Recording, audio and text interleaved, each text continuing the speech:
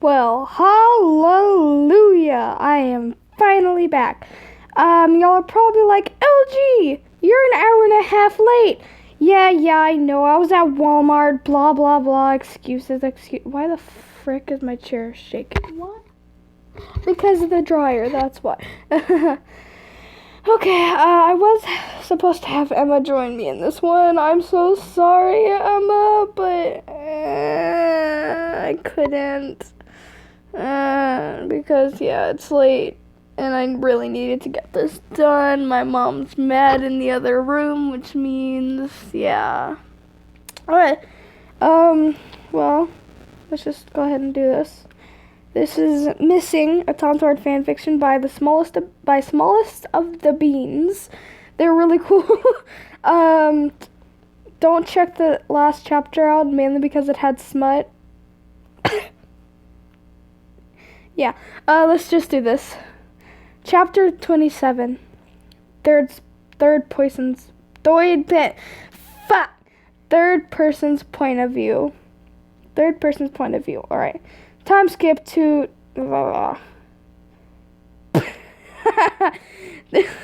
Alright. Time skip to 2 days after the smut chapter. Everything was set up just fine. Paul was adorned in a green hoodie, similar to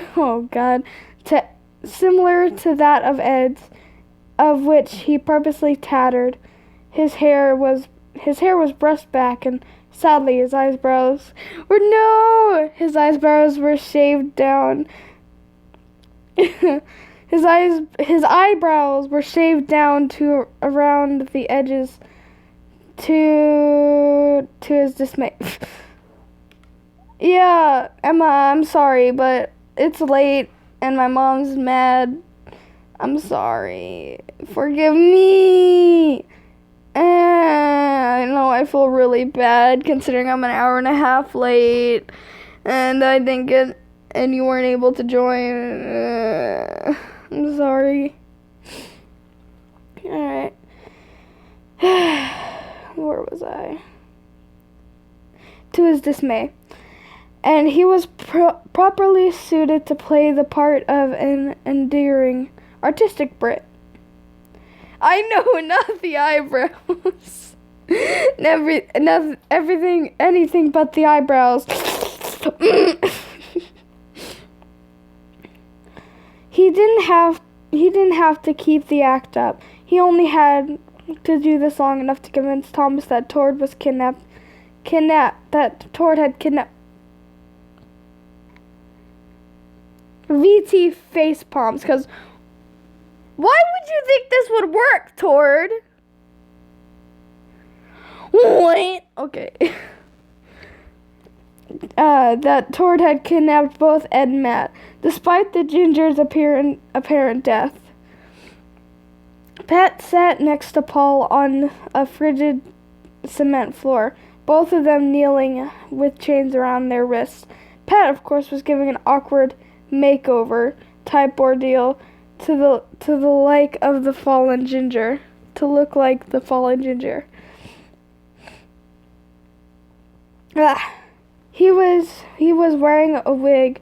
Not gonna lie, made his head itch in a multitude of spots he couldn't currently reach. Okay, bye. The sight of the two behind bars in a dimly lit basement could fool anyone at first glance. Oh yeah. Oh, I am going to be doing. Thanks, Emma. I am going to be doing another series. What's it called again, Emma? I'm going to be doing another one after this. It's called, More Than You Bargained For, right? Something like that. Yeah, so I'm going to be doing that to Monster AU, I think? Emma, she's the one who said I should read it, so I might as well. Alright. The sight of the two behind bars in a dimly lit basement can fool anyone at first glance. Casual friends of the two may not even be able to tell the difference between the originals and these copycats. But Tom was way more more than a casual friend. He lived with the goofball for years, conversing with them in a shared house every fine day, at least when he wasn't upset or blacked out drunk on the couch.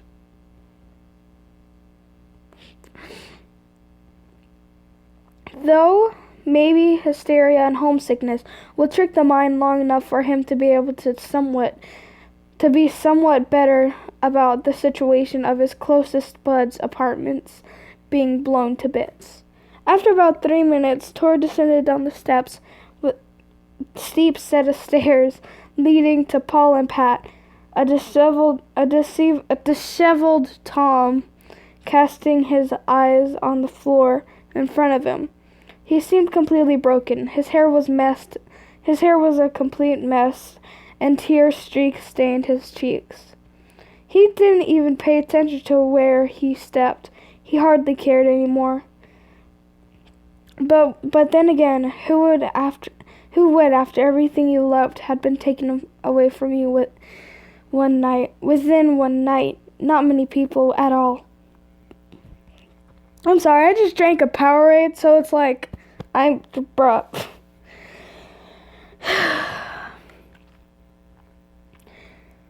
Taking one wrong step, he tripped forward, and if not for Tord pulling him back against his chest, he would have fallen down the cement steps, smashing his head against the cold ground. Despite the possibility of that ending in a gruesome demise, he stayed completely calm, staring downwards. He completely ignored the communist's gesture of help. Reaching the bottom of the steps, Thomas glanced upwards towards the two, tears instantly falling from his eyes. He said nothing but lurched forward to embrace his lost friends, his sobs being muffled by the shoulder of Bargan. What? I don't know how to English. Ed and Matt, who weren't expecting such an award situation. Upon lifting his face, his smile faded before he could ask any questions. It's not right. He managed through his sobs, turning towards Tord. You commie bastard! You really think you could try killing off my only fucking friends and expect me to not notice you've gotten your soldiers in on this sick act? Oh, the poor baby. Tord had nothing to say. He didn't know what he would do in this situation, so he stood still, his expression blank. He accepted Tom's anger with silence. The person who despised him more than anything else was the one he loved. And he couldn't do much about it. He knew this was forced, but he almost didn't care about that.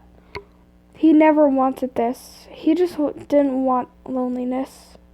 Despite the words spoken upon the incident, he truly did care for his friends, especially Tom. The Red Leader had started realizing at this point in the time what he'd been doing. He took all happiness from the person he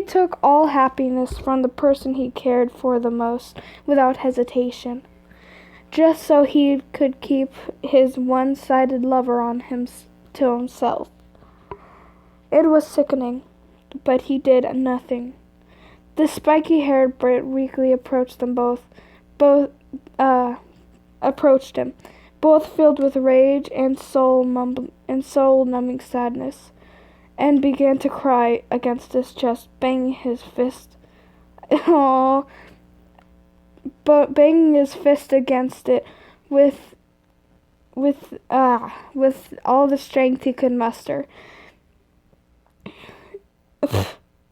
Yeah, I think you're the only one watching this.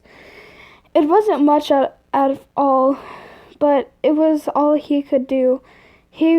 All he could manage to fight back. Tord just gripped Tom's shoulder, using his freezing, robotic arm, which wasn't working as well as in such cold weather. He crumpled under the weight of everything he'd done. I'm sorry. He knew apologizing was way overdue and would most likely affect nothing in the future, but he still sure as hell tried. I fucking hate you. I'll always hate you. Why can't you just let me go? Hello. I love you too much to see you walk away to someone else. No one deserves you. But at the same time, I definitely don't. Well, you're right about one thing. In one part of your mind, did you think this would ever work, selfish cunt? I didn't think it would work. I just had high hopes. I did this for you. You did this for yourself. You couldn't stand seeing me upset, so you tried to make me feel better with this bullshittery. At least I tried. Tord was about to snap. He was up to his hair spikes in anger. He knew he's done everything wrong. But why couldn't Tom just accept his gesture? No one said trying would end in success. That's it. That's the breaking point. The commie's grip increased on Thomas's shoulder, causing him to yelp in pain. The amount of pressure exerted on Tom's arm was almost enough to break it, but before that could even happen, Tord slammed him against the wall.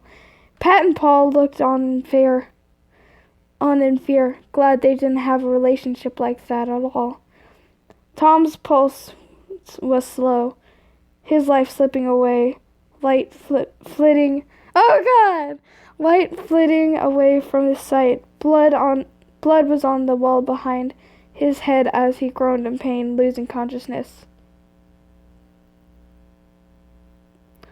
How did get the pain? I don't know. Tord spoke, completely shocked at his own actions. He rushed over to Tom, cradling him. Don't just stand there. Get some help. Don't just stand there. Get some help. He shouted towards Paul and Pat, who fumbled up and out. Time skip to him in the infirmary. Ah! I'm dying inside. I'm sorry. Tom's eyes fluttered open, completely confused, meeting towards worried expression. Bringing a hand to his head, Tom mumbled with the strength left in him. Who? Oh, God! Ah! You ready for this? Who are you? Ah! Oh, God! No! Tord, you done Okay. Oh, is this Eduardo X John I see? I'm sorry. Alright. Chapter 28, which means we have like one chapter left. Is this even the end? Hold on.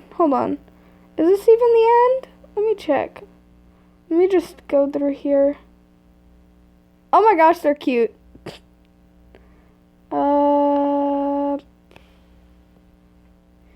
I don't know if this is actually the end, so guess we'll have to find out. Yeah. Chapter 28, third person's point of view. Ed's been staying in the very home of his enemy for about a week now, trying to keep conversation to a minimum. After all, Eduardo isn't the type to talk to the very person he hates so long. He's hated so long. Yet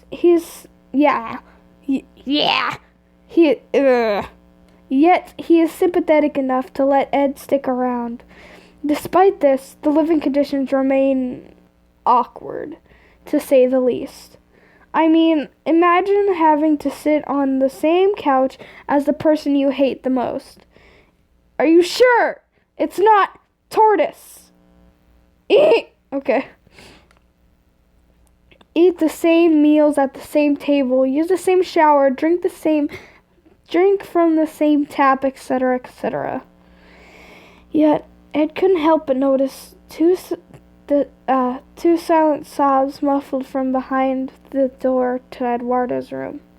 So quiet, but at the same time, so noticeable amongst the silence shared during the darkened hours of the night, and any hour for that matter. Crying wasn't exactly expected from such a person, at least not from Ed's perspective. Eduardo wasn't a monster, sure, but he was still an absolute douche.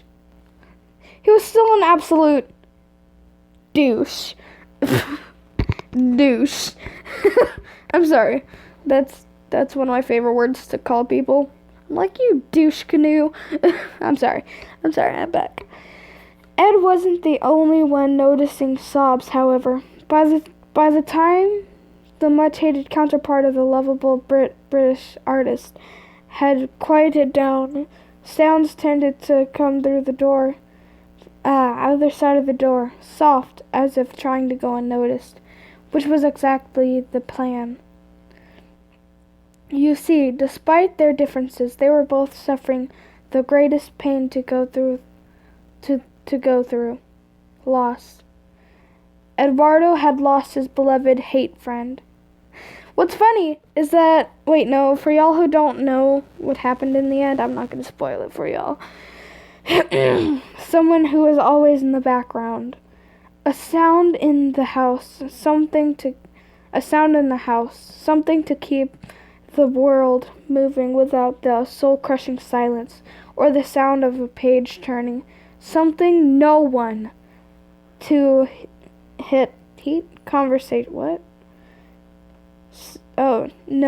someone to heat conversations going. To keep conversations going. Why did I think that said someone? Why? Even if they weren't the most intelligible, they were sweet. John, and admittedly, Eduardo couldn't help but want to take back everything he said.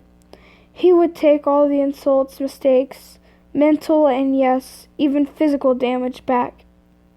If only he could just restart everything. But what the frick was that? I don't know. But it's simply not possible. Ed lost almost everything.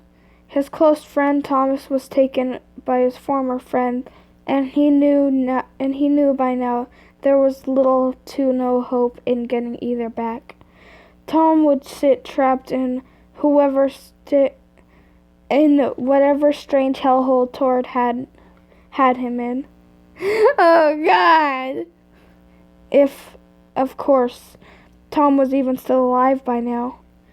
It made his stomach flip and turn and churn. It's probably turn.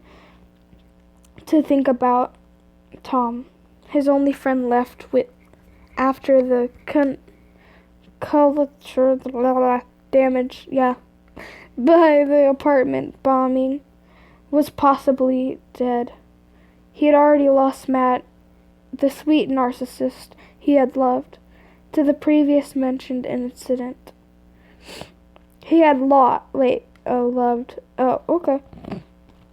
Tord was a traitor. Tom was tucked away, possibly gone. Matt was dead. He had nothing. Neither of them had anything to live for anymore, but trust me. Shut the frick up! But trust me, they'll hang in there. One night it changed, though. Eduardo opened the door, disturbed by the sounds of mental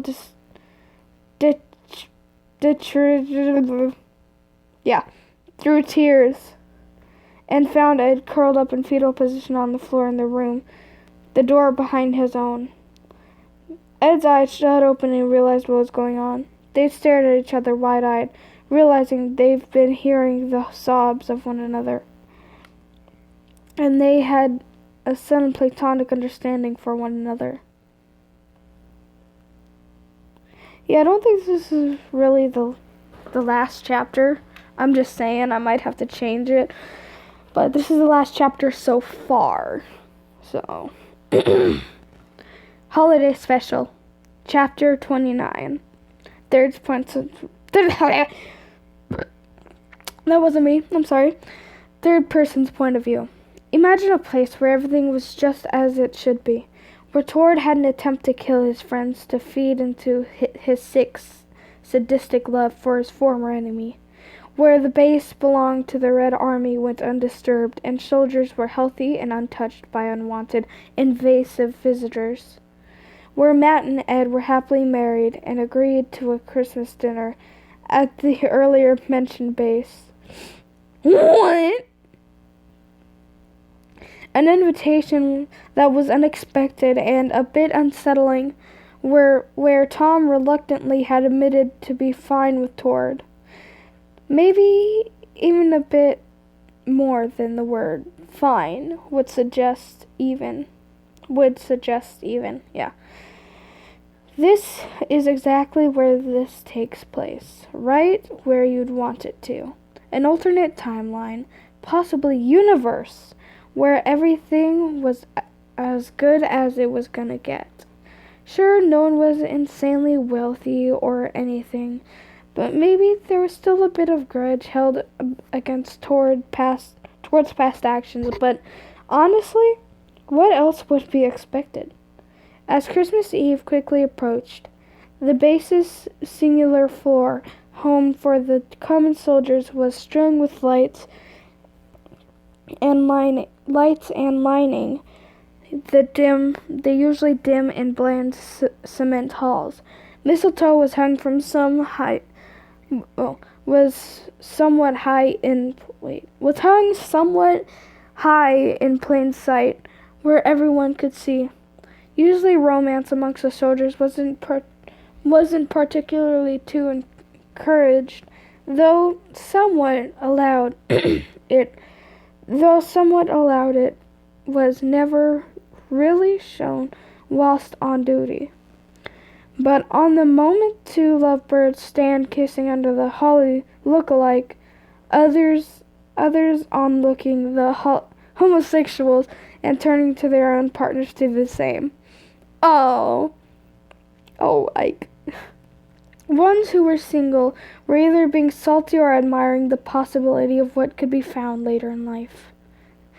Oh, that's disgusting. Oh, I wonder when this is gonna happen. A large Christmas tree, or rather a tall, decorated pine, lay at the center of the base outdoors. At the bottom, you could see a charred bark and barren, black branches where it had been almost burnt to a crisp by one the leader of the so-called brutal army loved. Despite the fact his friends would be arriving shortly, and cheer was littered in the air, Tom was still hesitant to celebrate such a holiday. Tord, however, was pretty hectic. He had to have. How long has this been? I'm sorry, I'm getting off topic. He had to have everything ready for the ones he once ever so cold and bitterly betrayed, which, surprise, surprise, was incredibly stressful.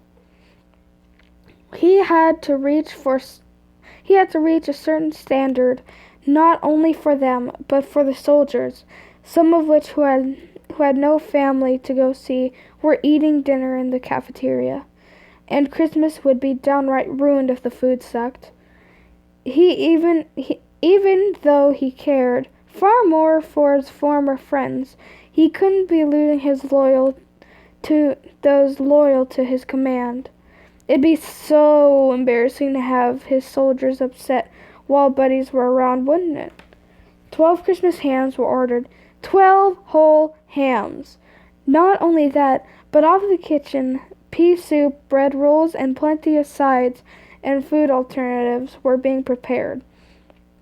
The cafeteria tables were way more set than usual, having been cleaned by a young boy with messy black hair who was setting up a tablecloth whilst trying to have a conversation with a couple of the soldiers, not letting him out of sight as for what he's done in the past to a pal of Shafiki. Yeah. A pal of his in attempt to overthrow the army. Period. Question mark. Is that... Wait. You? No, that's not you. That's the other brat. Where is you? I'm sorry. I'm getting off topic. Tablecloths and bright red fabric napkins were neatly draped upon the table along with silverware and plates. It wasn't exactly perfect, but it was clean. It was as clean and tidy as it was going to get. Outside, soldiers were chatting off on their days off, speaking of where they'd be for holidays. Two girls, one pale and short-haired, the other Latina with long wavy hair. Darn. And a boy ever so slightly taller stood before the cafeteria as the females joked and called him a Jew, which was an inside joke of sorts involving a substitute teacher they'd had as kids. Beside them were a few more soldiers, an extremely tall girl with short pinkish hair, and her friends, which were also pales with some of the first group. They all talked about going to their home states in the USA, Connecticut, Ohio, South Carolina, and more flew about the crowd. While Christmas chaos was going on at the base, two British males sat in a car with a small cat carrier in the back seat labeled Ringo. Of course the carrier was buckled in with stereo was turned up high, and if it weren't for the robotic voice of the GPS interrupting their choice of song every little while, they'd be in a constant state of either singing along or bantering quite loudly about the holidays. As they took a turn, Ed glanced at Matt before looking back at the road. Matt, do you think Todd is treating Tom well? We don't hear much from them, and our friend might be in a not-so-good situation, especially now that it's Christmas. Ed began a more serious conversation to break the light mood. If they were going to be realistic, it was good to bring up the fact that they hadn't seen Tord in a while, and trusting him wasn't something that went well last time. I'm sure Tim is fine. Either way, he'll love my presents, Matt responded, holding up an elegant framed selfie of he and Ed on their wedding. It's probably Ed.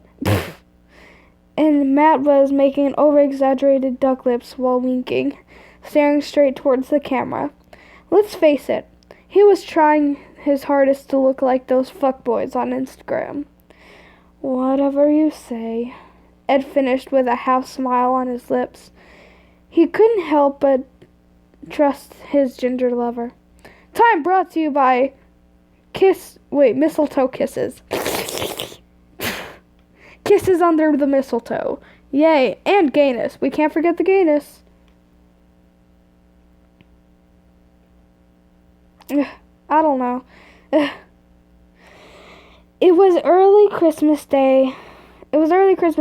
Of course, for Christmas, they were greeted by soldiers packing themselves into the cafeteria or into cars or small planes, ready to fly or drive out to their families. A group from earlier on were squeezing themselves in a tight, somewhat claustrophobic plane to the USA. Oh my gosh, hair, stop, man. Ugh, my hair is tickling my arm. Let me yawn real quick. Fucking tired, man. Been at this for the past 30 minutes. Whatever.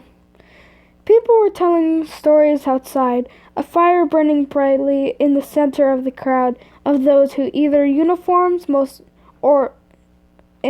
either uniforms or most likely ironic Christmas sweaters, despite the time, 6 a.m. Yet everyone was already awake and being together like one big family. It was strange, yet somewhat ideal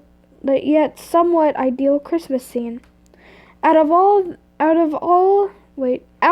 the only seemingly normal house around stepped Tom and Tord. Tom was quite obviously not happy with the day or time, but the fact that Matt and Ed had been visiting seemed to change that a bit. Maybe the holidays wasn't so bad if it gave him an excuse to see his friends. Time skipped after presents, opening, and dinner.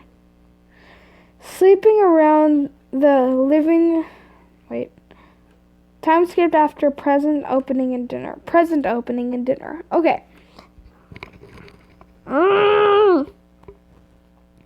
Sleeping around the living room of a cozy at home, the floor practically covered in wrapping paper that had been left neglected, shut the fuck up, Tamara. Were four friends. Despite the odds, they were as close-knit as friends could get. One was blackout drunk, clinging to the side of the caramel-haired Norwegian with a Christmas hat on each hair spiked.